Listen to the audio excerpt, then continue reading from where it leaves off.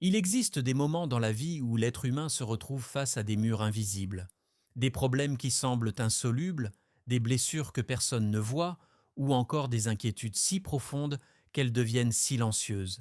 Et pourtant, dans ces instants où tout paraît fermé, Allah ouvre une porte que beaucoup négligent, la porte de sa parole. Le Coran n'est pas seulement un livre de lois ou de récits anciens. Il est une guérison, une lumière, un souffle qui répare ce que la vie a brisé.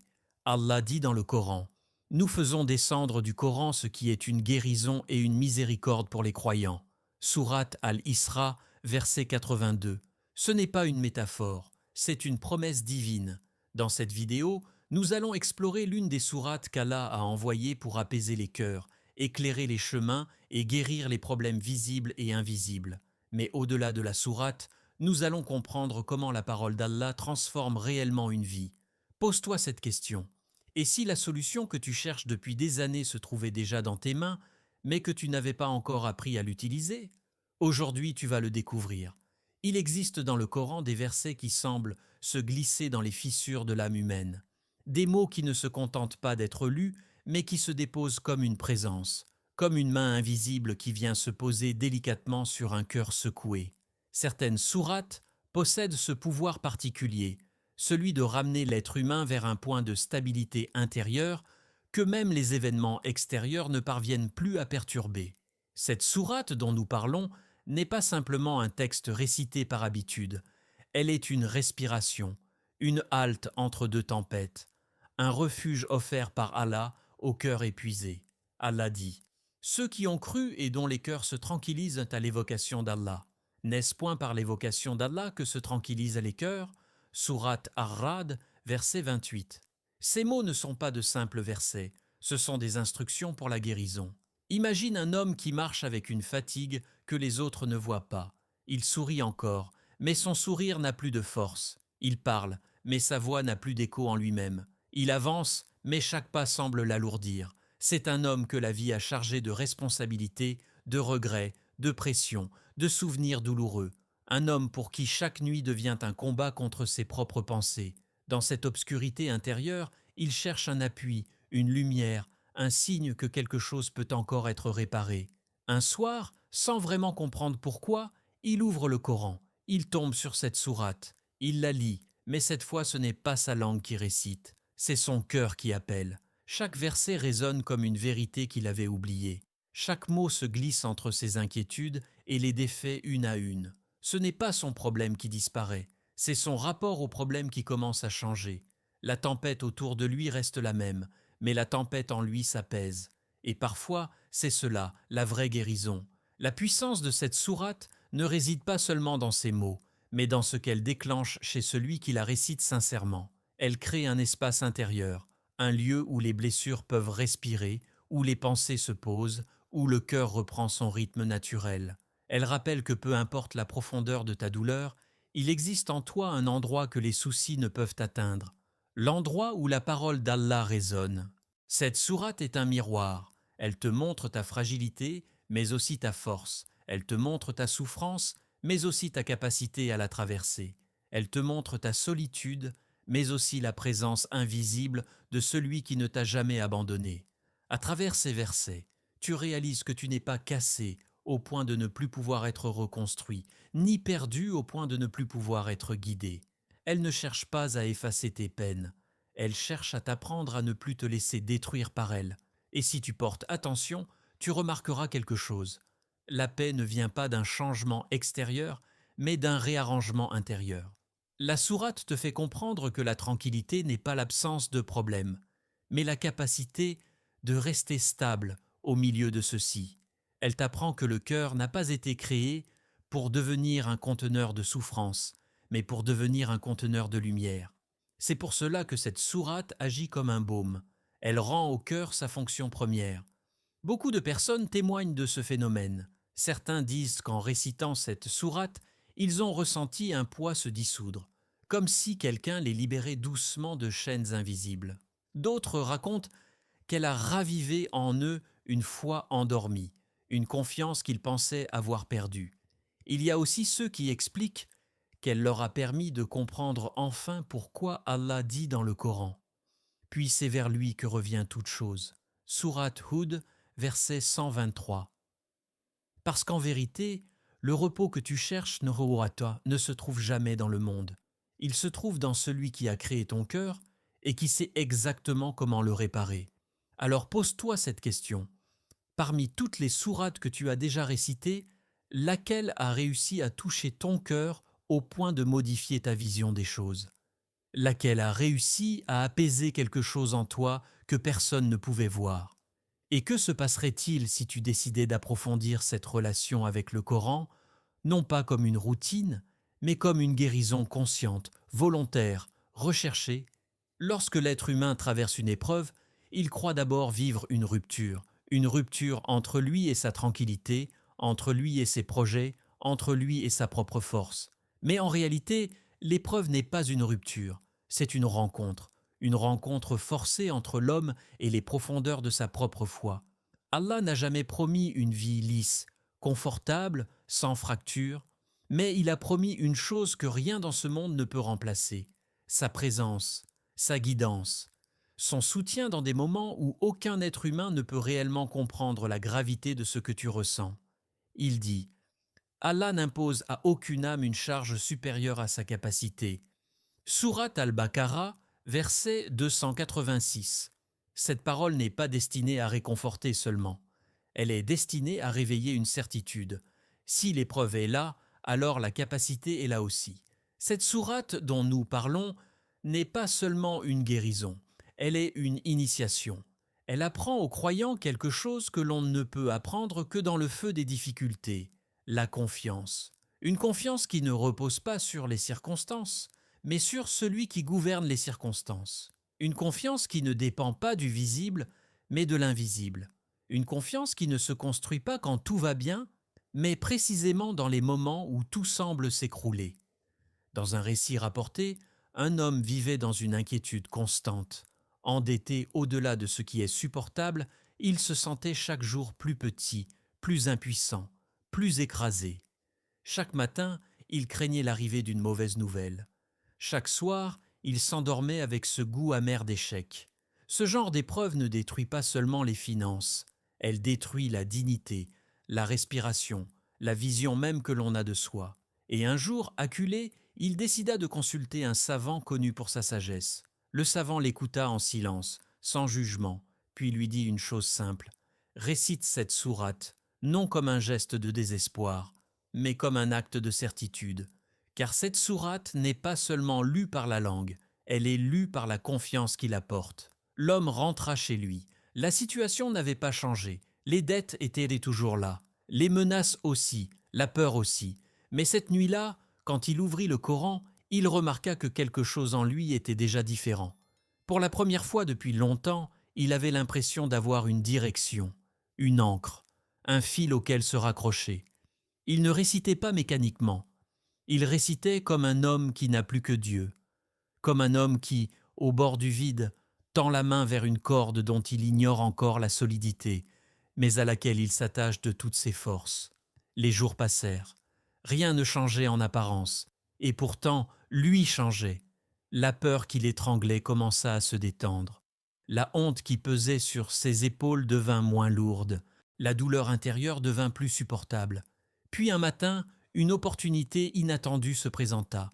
Une solution qui ne venait ni de son intelligence, ni de ses efforts, ni de ses relations. Une solution qu'il n'aurait jamais pu anticiper, comme si Allah lui avait dit à travers les événements. « Tu as tenu, alors maintenant regarde ma générosité. » L'homme comprit alors une vérité que beaucoup ignorent. La sourate qu'il récitait ne lui avait pas seulement ouvert une porte extérieure, elle lui avait ouvert une porte intérieure, la porte de la certitude, la porte de la soumission à la volonté divine, la porte qui transforme la manière dont l'être humain traverse les tempêtes. Il faut comprendre cela. L'épreuve n'est pas seulement un obstacle, c'est un dialogue. Allah te parle, non pas avec des mots, mais avec des situations. Il t'invite à découvrir jusqu'où peut aller ta foi, non pas quand tu te sens fort, mais quand tu te sens cassé. Il t'appelle à t'élever dans un degré de reliance que tu n'aurais jamais cherché si tout était resté facile. L'homme fort, ce n'est pas celui qui échappe aux difficultés, mais celui qui apprend à les traverser, en gardant dans son cœur une lumière que rien ne peut éteindre. Alors pose-toi cette question essentielle. Et si ton problème n'était pas là pour t'écraser, mais pour t'amener à un degré de foi que tu n'aurais jamais atteint autrement? Et si Allah utilisait cette tempête pour t'emmener vers quelque chose que tu n'aurais jamais eu le courage de demander, une foi plus profonde, plus stable, plus vraie?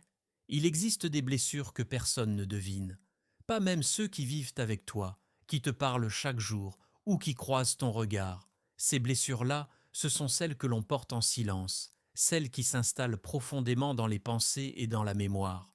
Elles ne saignent pas, mais elles épuisent. Elles ne crient pas, mais elles pèsent.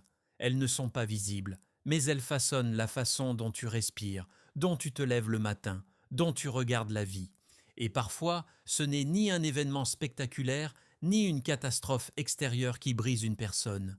Ce sont des fissures intérieures accumulées au fil des mois, parfois des années, jusqu'à ce que l'âme devienne trop lourde. Dans ces moments-là, beaucoup cherchent un refuge dans le monde. Ils cherchent des distractions pour oublier, des personnes pour combler, des situations pour fuir. Mais il existe une forme de guérison que rien ni personne ne peut remplacer, celle qui vient d'Allah. Et cette sourate dont nous parlons agit justement comme une lumière intérieure. Une lumière qui ne se contente pas d'éclairer, mais qui réchauffe, qui répare, qui restructure l'âme de l'intérieur. Allah dit: ne te laisse pas aller au désespoir de la miséricorde d'Allah. Sourate Az-Zumar 39, verset 53. Cette parole est adressée à tous ceux qui pensent qu'ils sont allés trop loin, tombés trop bas, cassés trop profondément pour être relevés. Cette sourate possède une force singulière. Elle ne cherche pas à effacer la douleur, mais à te donner une nouvelle manière de la porter. Elle prend les pensées éparpillées et les rassemble. Elle prend les émotions violentes et les adoucit. Elle prend les croyances abîmées et les redresse. Elle reforme l'âme comme on remet de l'ordre dans une maison abandonnée depuis longtemps. Chaque verset est comme un rayon qui se glisse dans une pièce obscure. Il ne change pas la pièce d'un coup, mais il révèle ce qui s'y trouve, et petit à petit, la lumière s'étend. L'histoire de cette femme en est une illustration puissante. Après un divorce douloureux, elle se retrouvait avec un cœur brisé en 1000 morceaux. Ce genre de rupture n'abîme pas seulement les émotions, il modifie l'image que tu as de toi-même. Elle croyait avoir échoué, être devenue indigne, incapable de reconstruire quelque chose. Les nuits étaient longues, peuplées de regrets, de questions sans réponse, d'un sentiment de vide. La douleur n'était pas physique, mais elle était suffisamment profonde pour affecter tout son être. Un soir, elle entendit quelqu'un dire que cette sourate avait été un refuge pour beaucoup de cœurs blessés. Elle décida de la réciter, pas pour oublier, pas pour remplacer, mais simplement pour essayer de respirer autrement. Au début, les mots lui semblaient lointains. Elle lisait, mais son cœur restait figé. Pourtant, elle continua, nuit après nuit, et quelque chose commença à changer. Elle ne comprit pas ce changement tout de suite.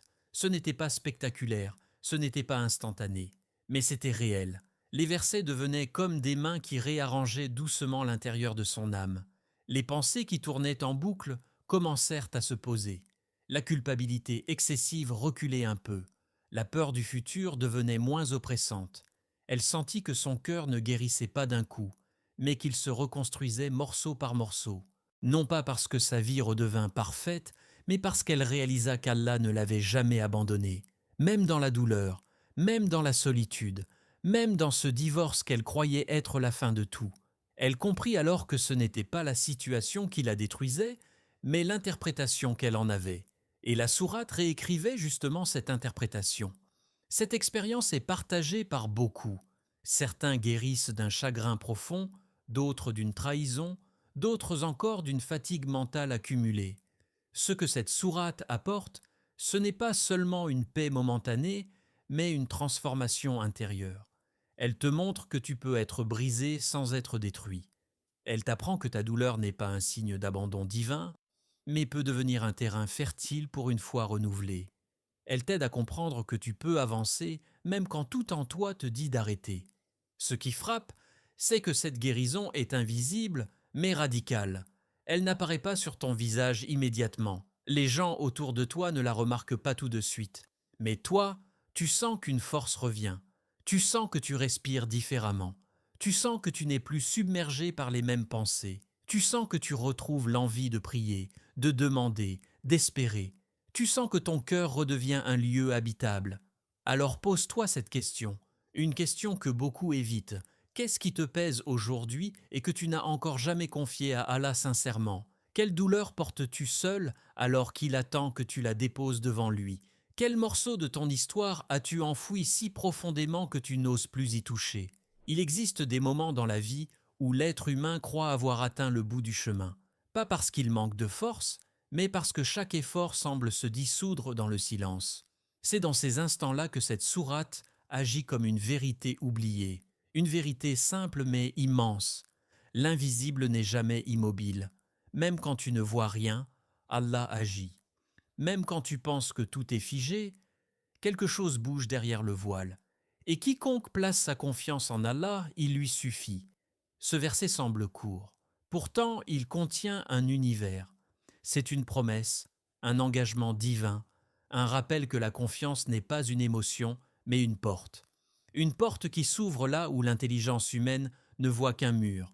Imagine maintenant une scène. Un jeune homme est assis dans une petite chambre sans fenêtre. Devant lui, un dossier rempli de lettres de refus. Sur son téléphone, des appels manqués, des messages auxquels il n'ose même plus répondre. Il avait un emploi, une stabilité, un quotidien rassurant. Et du jour au lendemain, tout s'est écroulé. Pas parce qu'il l'a voulu, mais parce que la vie a parfois des manières brutales de réveiller le cœur. Les premiers jours, il a cherché. Les premières semaines, il a essayé. Les premiers mois, il s'est épuisé. Puis un soir, alors que tout semblait trop lourd, il a ouvert le Coran. Non pas comme on ouvre un livre, mais comme on ouvre une urgence. Cette sourate était là. Cette sourate qui parle du divorce, de la séparation, des recommencements, mais surtout de l'immensité du secours divin. Il ne savait pas pourquoi, mais il s'y est accroché. Chaque soir, il la récitait, parfois avec fatigue, parfois avec espoir, parfois sans comprendre ce qu'il ressentait. Mais il la récitait. Ce n'était plus une lecture.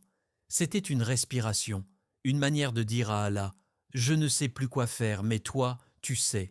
Ce qui est beau, c'est qu'il ne demandait plus de solution précise. Il ne disait plus « Donne-moi ce travail ». Il disait « Donne-moi ce qui est de meilleur ». Il ne disait plus « Fais disparaître ce qui me fait mal ».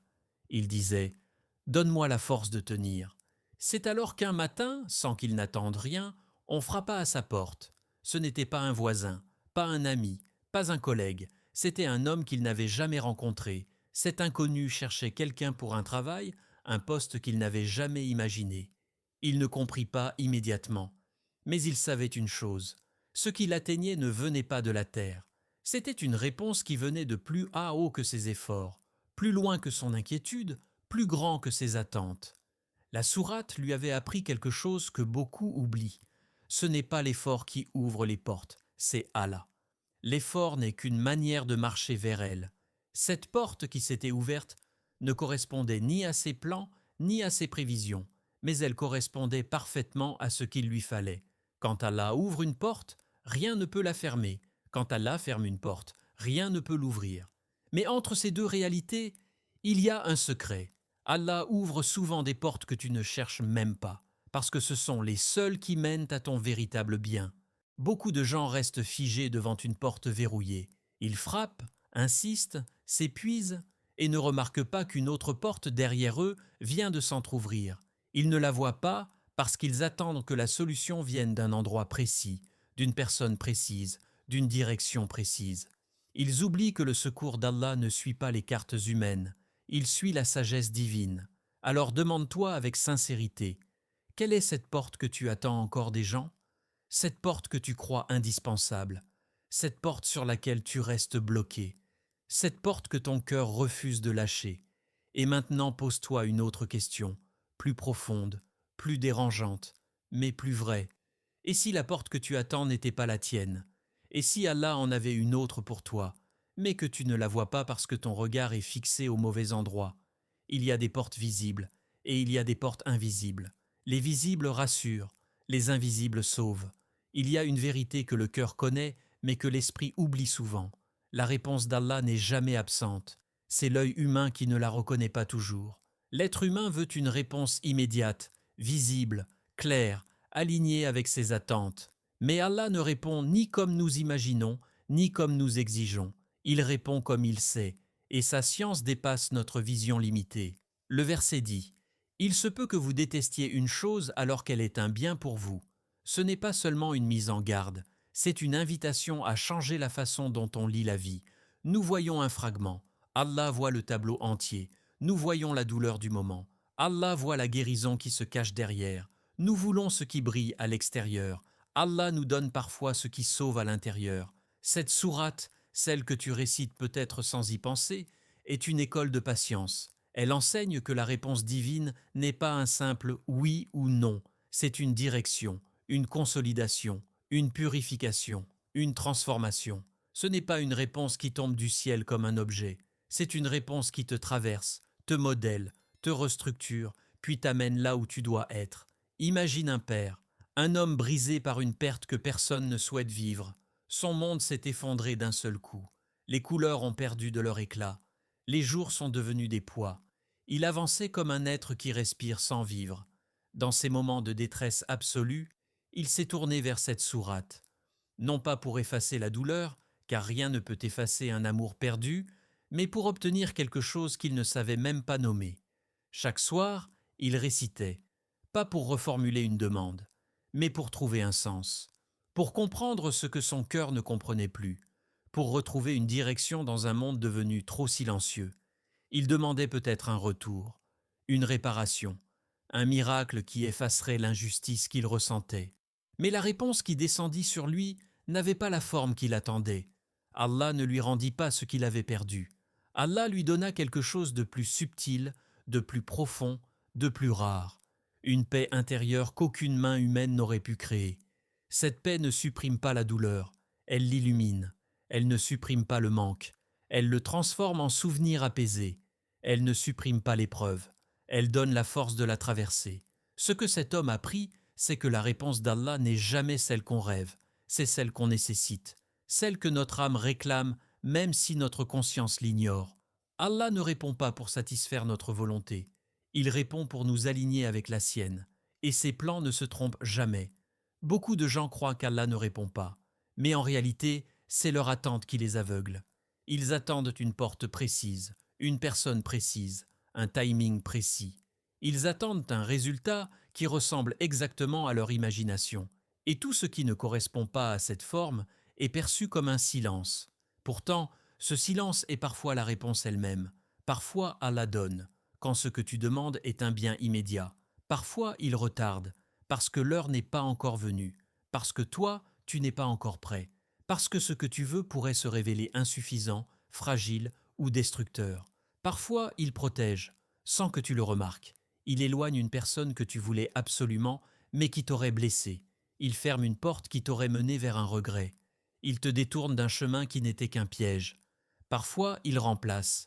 Là où tu voulais juste récupérer ce que tu avais perdu, il t'offre quelque chose que tu n'aurais jamais pensé mériter. Un meilleur ami, un meilleur travail, une meilleure version de toi-même. Et parfois, il t'accorde un cadeau rare. Il te donne la capacité d'accepter ce que tu ne comprends pas encore. Et cette acceptation vaut parfois plus que la réponse elle-même. Alors, regarde honnêtement au fond de toi. Quand tu invoques Allah, que cherches-tu réellement? Cherches-tu sa réponse ou cherches-tu simplement à obtenir ce que tu veux avec son nom comme justification? Parce que c'est là que tout se joue. Il y a ceux qui veulent qu'Allah se plie à leur plan, et il y a ceux qui veulent être conduits par le plan d'Allah. Le Coran n'est pas un texte que l'on lit, c'est un texte qui nous lie. Chaque verset révèle quelque chose sur nous-mêmes, sur nos intentions, nos peurs, nos fractures, mais aussi sur notre potentiel, notre lumière et notre capacité à tenir debout. Cette sourate que nous avons évoquée n'est pas seulement une guérison contre un problème matériel, elle est une guérison globale, celle de l'âme qui souffre, du cœur qui doute et de l'esprit qui vacille. Allah dit, votre Seigneur dit, invoquez-moi et je vous répondrai. Sourate Ghafir, verset 60. Il ne t'a jamais demandé d'être parfait. Il t'a demandé de revenir, de t'accrocher, de lui parler, de lui confier ce que tu caches même à ton entourage.